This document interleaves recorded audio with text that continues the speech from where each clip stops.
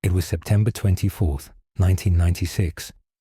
Rain fell in long silver streaks, streaking the windshield like ghostly fingers. Eastbound through Missouri on the Tacoma 55, a pair of truckers traded shifts at a rest stop just past St. Louis. The first driver, a weary-eyed man named Mark, had driven through the night from Detroit in relentless weather. His co-driver, John, zipped up the sleeper curtain behind the cab and said with a grin, "If we die tonight, I'll come back and haunt you." The word stuck in Mark's head like a splinter.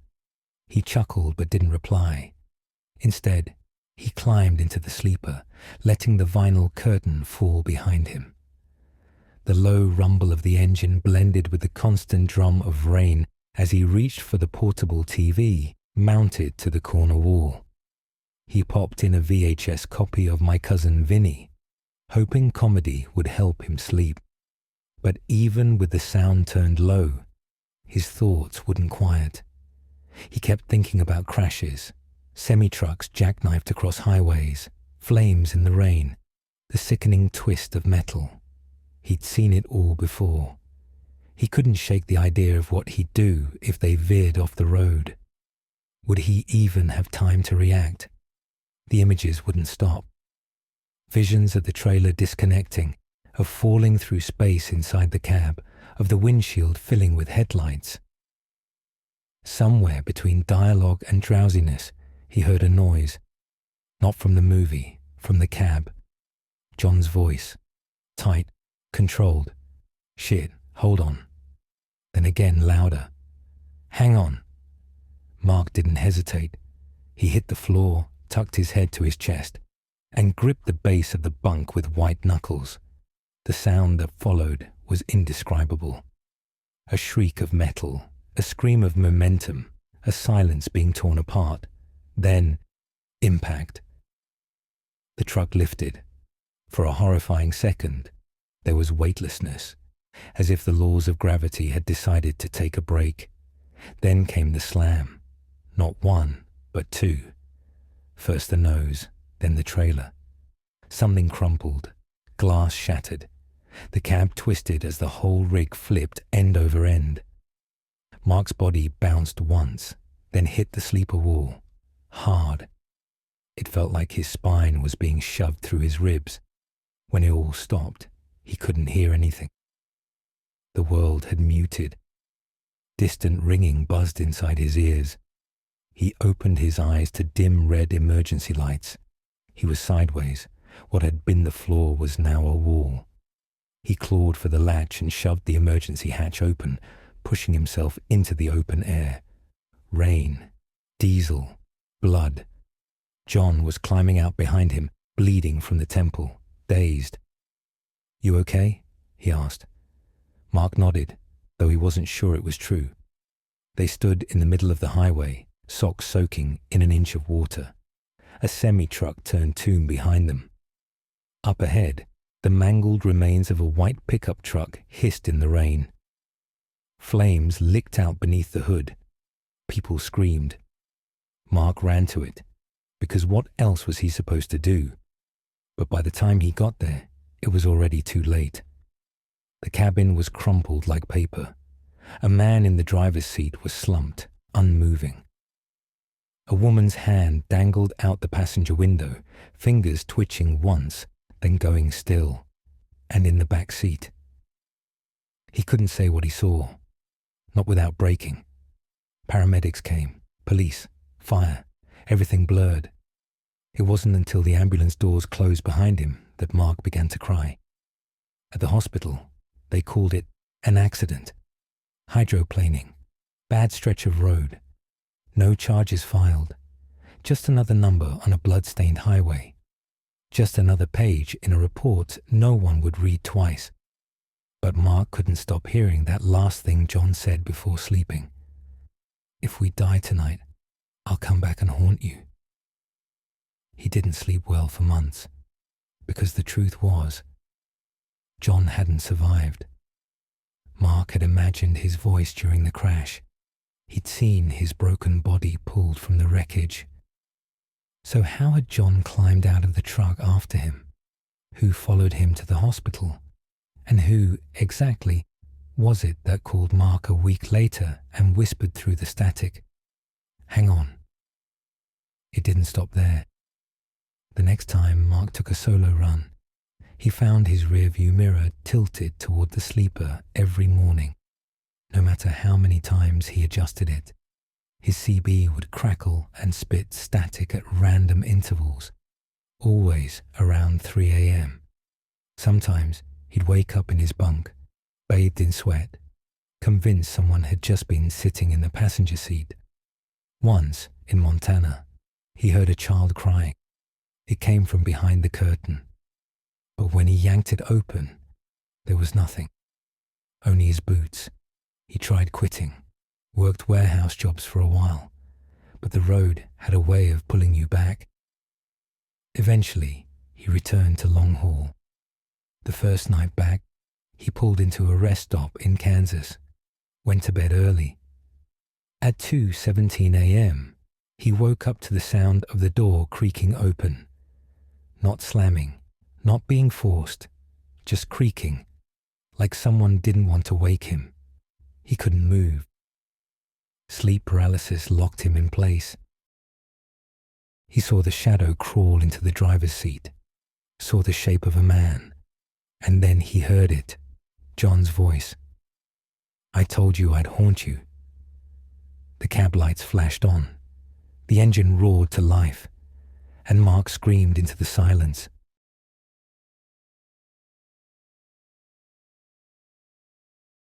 It was July 9th, 2006.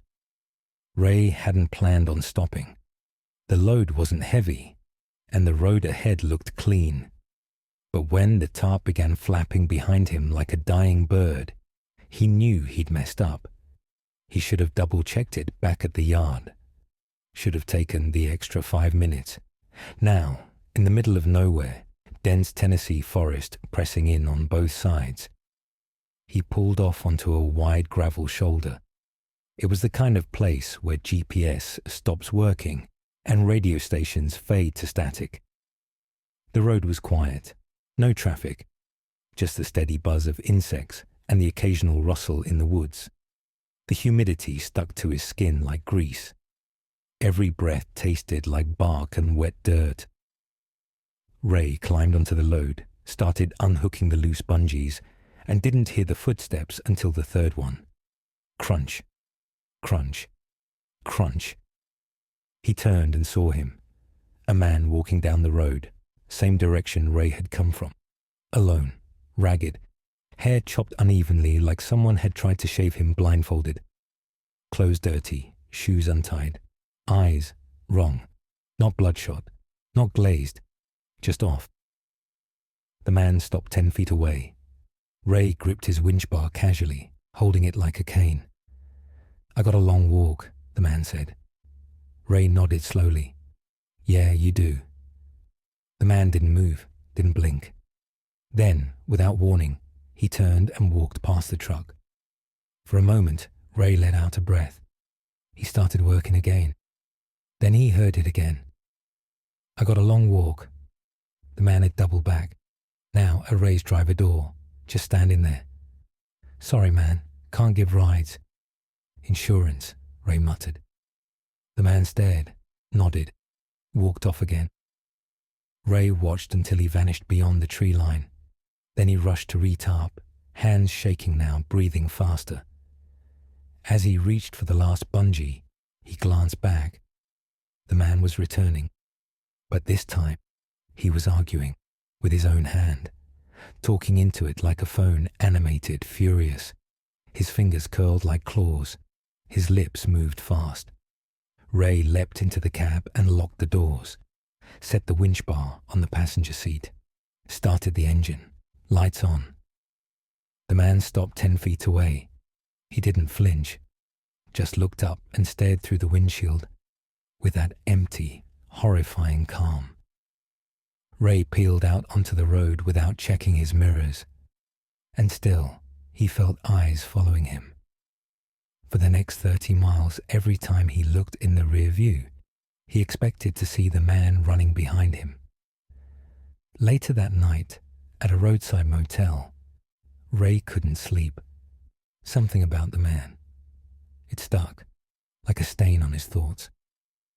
At 3:12 a.m., someone knocked on the motel door, 5 times. Ray froze. He checked the people. No one. But the sound hadn't stopped. Whispering, right behind the door. He pressed his ear to the wood. The voice wasn't coming from outside. It was coming from inside the walls. And it was repeating one phrase again and again. I got a long walk. I got a long walk. I got a long walk. He didn't sleep at all. The next morning, he left without checking out. But the next night, the knocking came again. This time on his truck door. Same rhythm, same time. He tried sleeping in different places. Truck stops, rest areas, even behind a Walmart once. But no matter where he went, the man found him. Once, in Georgia, Ray awoke to the sound of gravel crunching outside his truck. He turned on the headlights.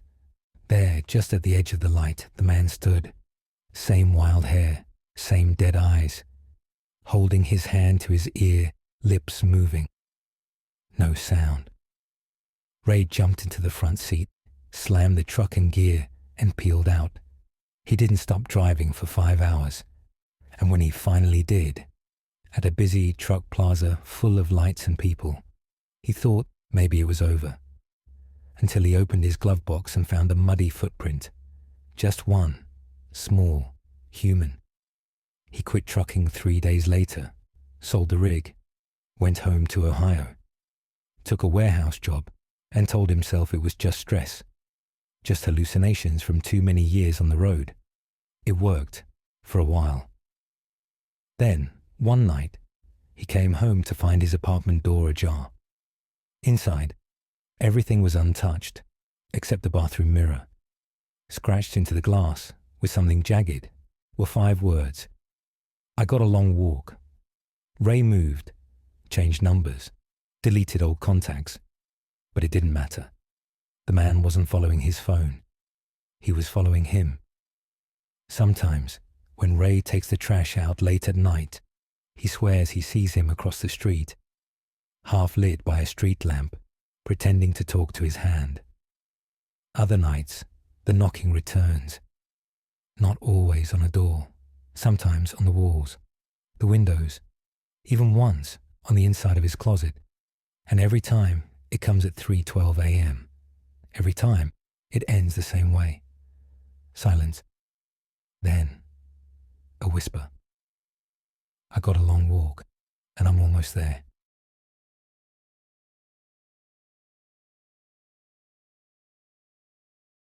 It was August 17th, 1999. Danielle Harper had been running freight routes for almost 7 years, but she'd never seen a night quite like this. The Arkansas sky hung low and bruised, the last light of day bleeding out in streaks behind thick clouds. Her headlights cut through the dark like blades, the white lines stretching endlessly into the woods ahead. Her rig purred steadily beneath her hands. The trailer was light, just paper products, and she was making good time on Interstate 40 heading west. She planned to stop in Little Rock for a few hours of sleep. That was the plan. But then she saw the sign. Exit 34, White Hollow Rest Area, 1 mile. She frowned. She knew this road well. There was no exit 34. Curious, she slowed as the exit approached. Maybe she'd missed it before. Maybe it was new. The off-ramp curved longer than expected, like a lazy snake coiled into the woods. Her headlights illuminated an old wooden sign just past the turnoff. Welcome to White Hollow. The rest area was strange. No other vehicles, no vending machine.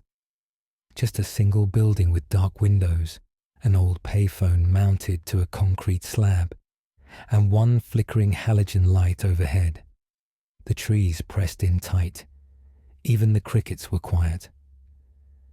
Danielle parked near the restroom building. She climbed down, boots crunching on gravel, and stretched her legs. The silence wrapped around her like fog. Then she noticed the smell, wet bark, mold, and something else. Coppery, faint. She didn't plan to stay long, just a quick bathroom break. She entered the building. Inside, the flickering fluorescent light cast shadows that seemed to move even when she did not.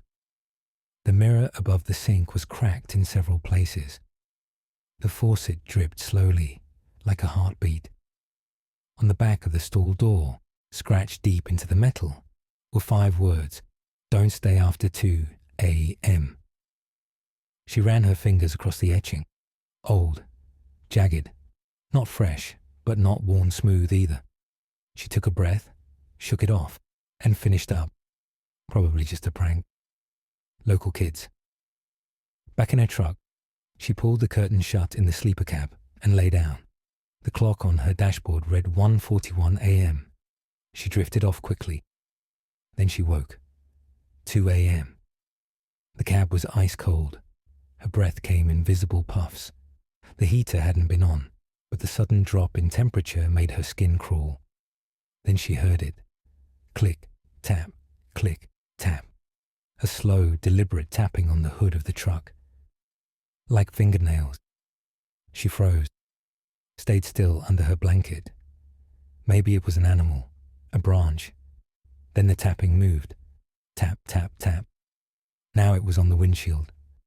She pushed the curtain open just a sliver. Standing in front of her truck, just out of the direct light, was a figure. Tall. Too tall. Its arms hung down almost to its knees, fingers twitching in short, mechanical movements. Its head tilted once, twice, like it was sniffing the air. She ducked back into the sleeper and held her breath. Click, tap, scratch. The sound moved around to the side of the cab. She heard the door handle jostle, then a whisper, too late. She scrambled into the front seat and started the engine. Headlights burst into the darkness, empty, no figure, no footprints. She peeled out of the lot, trailer fishtailing slightly as she roared back toward the highway. Her heart was pounding so loud she could barely hear the tires on the road. When she merged back onto Interstate 40, the dashboard clock flickered. 2:34 a.m. She drove until sunrise without stopping. The next day, she pulled into a truck stop and asked around. "White Hollow," one older trucker said. "Ain't no exit 34 out here. Closest stop's at 31, and that's just a way station." She looked it up. GPS, road atlases, even local maps. Nothing. No exit 34, no White Hollow. But her truck log showed a break. From 1:40 a.m. to 2:38 a.m. That night, she checked her dashcam footage. Static. From the moment she took the exit to the moment she merged back on. A week later, while washing her rig, she noticed scratches under the passenger side mirror. Long, narrow claw marks. She sold the truck 2 months later. But sometimes, especially on long hauls, she finds her GPS rerouting. Always around 1:40 a.m., always toward a non-existent exit. And once, just once, while passing through Arkansas, she looked up from her map and saw it. Exit 34, White Hollow. Only this time, someone was standing beneath the sign, watching her pass, smiling.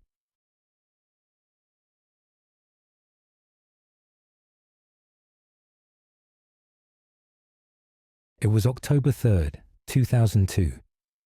The morning had broken with copper skies and a quiet stillness across northern Kentucky. A thin sheet of fog hovered just above the cracked concrete of Highway 25, curling around the boots of truckers at the RE71 interchange like something alive. Tom Rylands had been driving rigs for over 2 decades. He knew every crack and echo of the Midwest's long back roads. But there was one stretch of highway he always felt uneasy passing. Bridge 81. A narrow, outdated overpass suspended above a dry creek bed. Locals whispered about it, said weird things happened there. Things that couldn't be explained. Tom, a practical man, never listened. That was, until the night he had no choice but to stop beneath it. He was hauling scrap metal out of Cincinnati when his check engine light blinked to life. The engine sputtered. Power dropped. His GPS froze on a screen of static. It was 1:43 a.m. With no other option, he limped the truck onto the shoulder. The nearest pull-off, right beneath Bridge 81. Tom didn't like it, but it was better than being stalled on the road. He killed the engine, climbed down, and popped the hood. The air was colder under the bridge, like walking into a basement. Still, he worked quickly, flashlight gripped between his teeth. That's when he noticed it. The silence. No wind, no frogs, not even the buzz of mosquitoes. Just a dead, airless stillness. Then, movement. Something shifted under the bridge. He swung his flashlight. Nothing. Just concrete pillars and an old drainage pipe oozing black water. Then he heard it again, like dragging. Not leaves, not wind. Something. Heavy. He straightened up, heart suddenly racing. He clicked off his flashlight to listen. That was his mistake. Something breathed just behind him. He spun, light flaring on. Nothing there. But when he turned back toward the engine, there were fingerprints in the dust on his hood. Long, thin, too many of them. He slammed the hood shut and scrambled back into the cab. The engine wouldn't start. His radio crackled, spitting static and a faint voice, something low and garbled. He sees you. Tom froze, looked around. Still nothing. No headlights, no people, no sounds. Then in his mirror, a shadow moved beneath the bridge. It stretched out like it was made of smoke, tall, limbless, almost crawling across the wall. The longer he stared, the more it grew, its shape warping. No face, but the sense of eyes. Too many. He grabbed his phone. No signal. He honked the horn, short, panicked blasts. The shadow vanished and reappeared behind the truck. The trailer shifted slightly, as if something was climbing onto it. A low screeching sound vibrated through the chassis. Tom jumped into the sleeper and pulled the curtain closed. Then, like a child, he pulled the blanket up to his face and waited for what felt like hours. Then, scratching on the side panel. Then the voice, not on the radio, inside the sleeper, right beside his ear. "You're under it now," Tom screamed. He kicked the curtain open and launched himself into the driver's seat. The truck roared to life. He drove until sunrise without stopping, running red lights and nearly jackknifing on an off-ramp. Only when daylight broke did he feel the grip on his lungs loosen. He never returned to that route. Later, he told another driver the story. A grizzled old man with cloudy eyes just nodded. "Bridge 81. Yeah, that ain't a place you break down, son. Lot of rigs stalled there. Some never moved again." Tom traded routes, took a job hauling local freight. But every October, on the anniversary, his engine light flickers, his radio crackles, and at 1:43 a.m., wherever he is, his GPS reroutes to Bridge 81. And sometimes, just sometimes, when he's checking his trailer at night, he finds the same thing on the back gate. Fingerprints. Too long, too many. And underneath, always scratched into the metal, "You're under it now."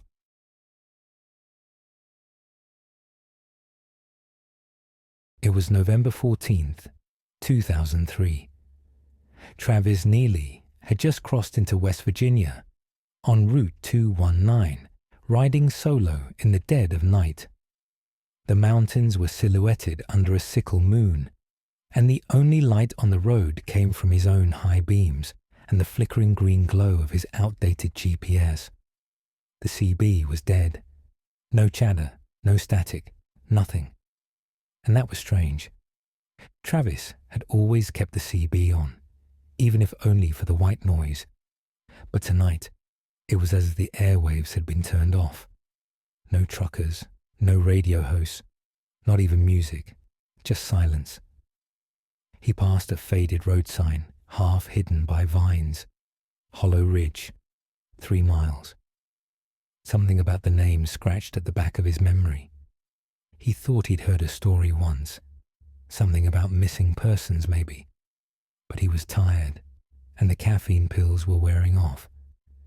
A few minutes later, as he crested a hill, he saw a flashing hazard light up ahead.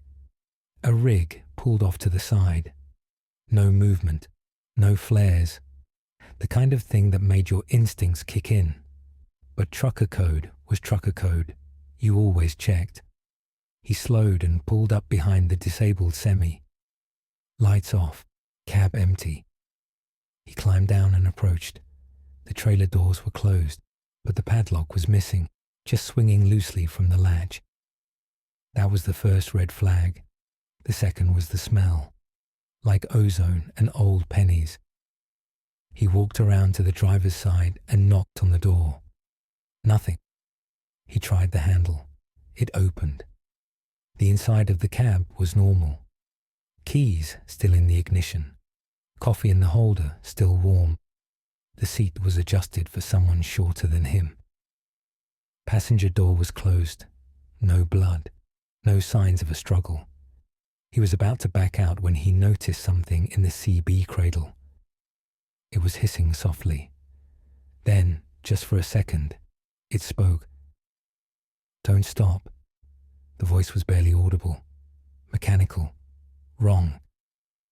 Travis jumped back, heart hammering. He slammed the cab door and started walking back to his truck. The CB in his own rig came alive. "You stopped." He stared at the speaker. The light on the radio wasn't even on. "Why did you stop, Travis?" He hadn't told anyone his name. Before he could react, every light on his dashboard died. His headlights went out. The world turned pitch black. In the silence, he heard it. A hum. Low, deep, vibrating. Like 1,000 bees behind a wall. Then the static returned. The CB blared, "Look at them." And so he did. Outside, in the road ahead, stood 3 figures. Tall, wrapped in shadow, like silhouettes peeled from nightmares. One tilted its head like it was listening. Another twitched its fingers, impossibly long. The third raised its hand slowly, pointing straight at him. Travis slammed the truck in reverse, tires screeching. He didn't check his mirrors. Didn't care. He drove backward until he hit the bend, then spun around and floored it. As he fled, the radio whispered, "You can't outrun frequency." He didn't stop until he reached a major town 2 hours later. When he checked his GPS history, there was no record of Route 219, no record of Hollow Ridge. And when he told a highway patrol officer what he saw, they just stared at him, eyes empty, and said, "You heard them, didn't you?" Travis doesn't drive anymore, but sometimes, late at night, the radio in his apartment hisses on, and through the static, a voice he can't ignore whispers, "You stopped." He started sleeping with the CB unplugged. Doesn't matter, they still talk. And he knows deep down that one night soon they'll say something different, something final. We're here.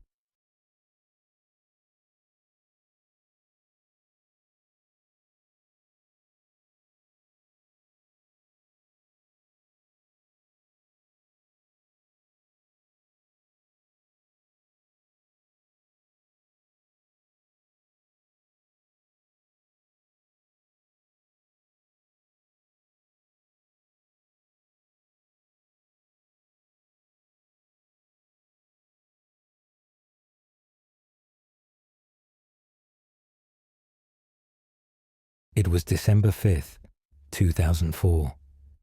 Snow had just started falling over eastern Colorado, fine powder swirling under the glow of the moon. Levi Darnell was hauling long steel beams to Kansas City, and his route had taken him down Route 24, a long and mostly forgotten highway that cut through farmland, frozen fields, and crumbling barns. He was hoping to find a pull-off soon. He'd been on the road for 11 hours and hadn't slept in more than 36. The CB had gone quiet. The road signs were getting less frequent. Every so often, he'd pass a half-collapsed house or a skeletal windmill, but no towns, no lights, nothing. Then his headlights flashed over a figure. A man was standing in the snowy ditch beside the road, facing away, dressed in dark jeans and a thin jacket, like he hadn't noticed the cold. He wasn't walking, just standing. Levi instinctively tapped his brakes, the truck hissing slightly as it slowed. As he passed, the figure didn't move. No hitchhiking thumb, no head turn, just stillness. Levi watched him in the side mirror until he vanished behind the curtain of snow. He drove another mile before stopping. Something about it bugged him. Maybe the guy was hurt. Maybe he'd been in a crash. And Levi, despite his better judgment, couldn't shake the guilt. He turned the rig around. It took a few minutes to get back. But when his headlights swept the area again, the ditch was empty. No footprints, no man, nothing but snow and brush. He was about to throw it in gear and head out when the CB crackled. It wasn't even on. Through the speaker, a voice whispered, "You shouldn't have come back." Then silence. Levi stared at the radio. The power light was off. He turned it on manually. Static. Normal. He reached for the shifter. And then something slammed into the passenger side door. The whole cab rocked. He looked over and saw him, the man from the ditch, standing inches from the glass, face pale and stretched too long, mouth frozen in a wide lipless grin, eyes black, hollow, like burnt holes. One hand pressed against the glass, too many fingers, too thin. Levi screamed and floored it. The truck roared forward, fishtailing slightly in the snow. He didn't look back, didn't breathe, until he saw the glow of a town on the horizon. He pulled into a gas station, shaking, and tried to explain what had happened to the clerk. The guy just looked at him and said, "You saw him, huh?" Levi stared. "You know what I'm talking about?" The man nodded slowly. "They call him the ditch watcher. Folks around here say he shows up on that road when a storm's coming. Never faces you, never moves, unless you stop." Levi didn't sleep that night. He drove straight through to Kansas City and switched to daytime hauls for the next 4 years. But in 2008, he took a job moving equipment back toward Colorado. Thought he was ready. He wasn't. Because on December 5th, exactly 4 years later, he passed Route 24 again. And as he glanced down the snowy ditch out of habit, he saw the man. Same jacket, same posture, same stillness. And in that moment, Levi swore he heard the CB whisper again, "You came back." This time, Levi didn't stop. He didn't breathe. He didn't blink. But 30 minutes later, when he pulled off to fuel up, he found something scratched into the snow crust on the passenger side window. "Next time, I'll ride."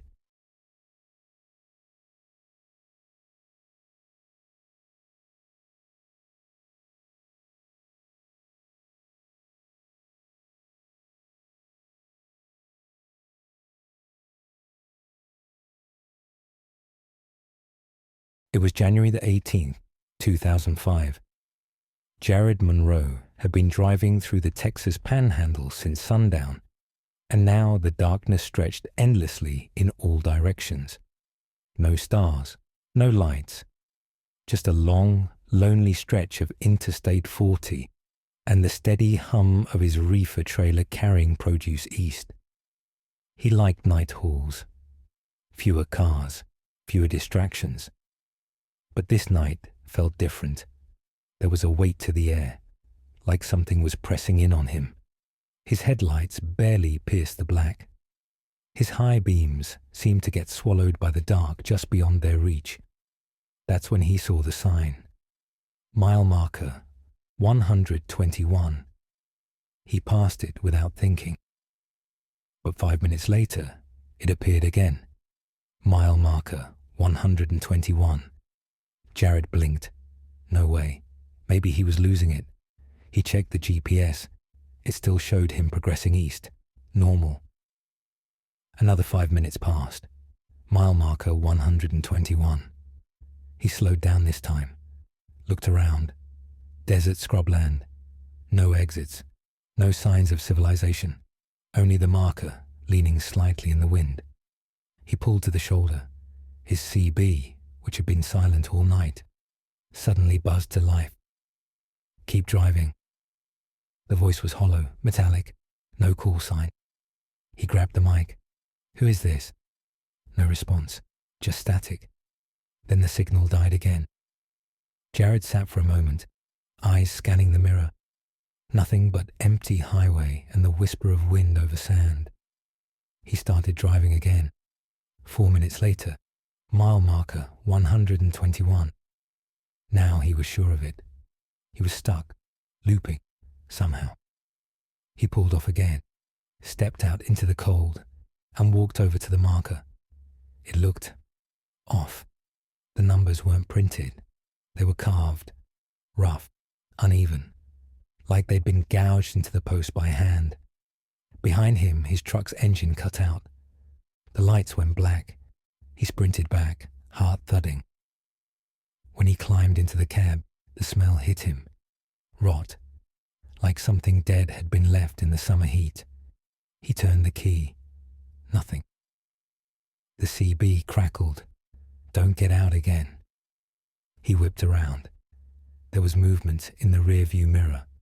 A shape. No shapes. 3 figures. Slender, pale. Crawling across the sand on all fours, silently. Their arms were too long. Their heads tilted unnaturally to the side, twitching with every inch forward. He locked the doors. One of the figures stood up. Its limbs unfolded like a puppet's. It approached slowly, and as it got closer, the lights in the cab flickered. Not on, but from outside. Flashes, white, then red, then gone. It placed its hand on the passenger window. Jared stared. No face, just smooth skin, like something unfinished. It didn't knock, it whispered, but not with its mouth, with his CB. Open the door. Jared closed his eyes. The voice got louder. Open the door. He pressed his palms to his ears, but the sound was inside his head. Then, light, bright, white. He opened his eyes and the world reset. His truck was moving again, headlights on, engine humming.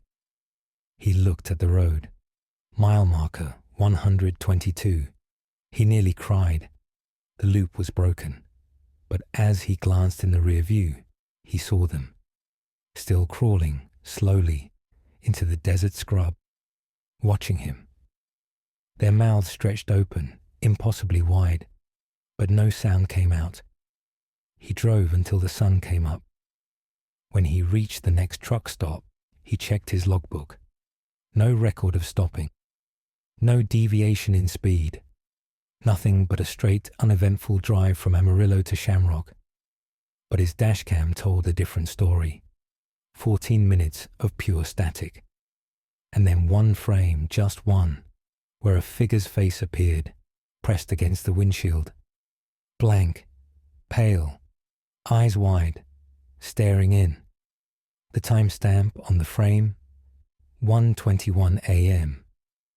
He doesn't drive I-40 at night anymore, and he never, ever looks at the mile markers.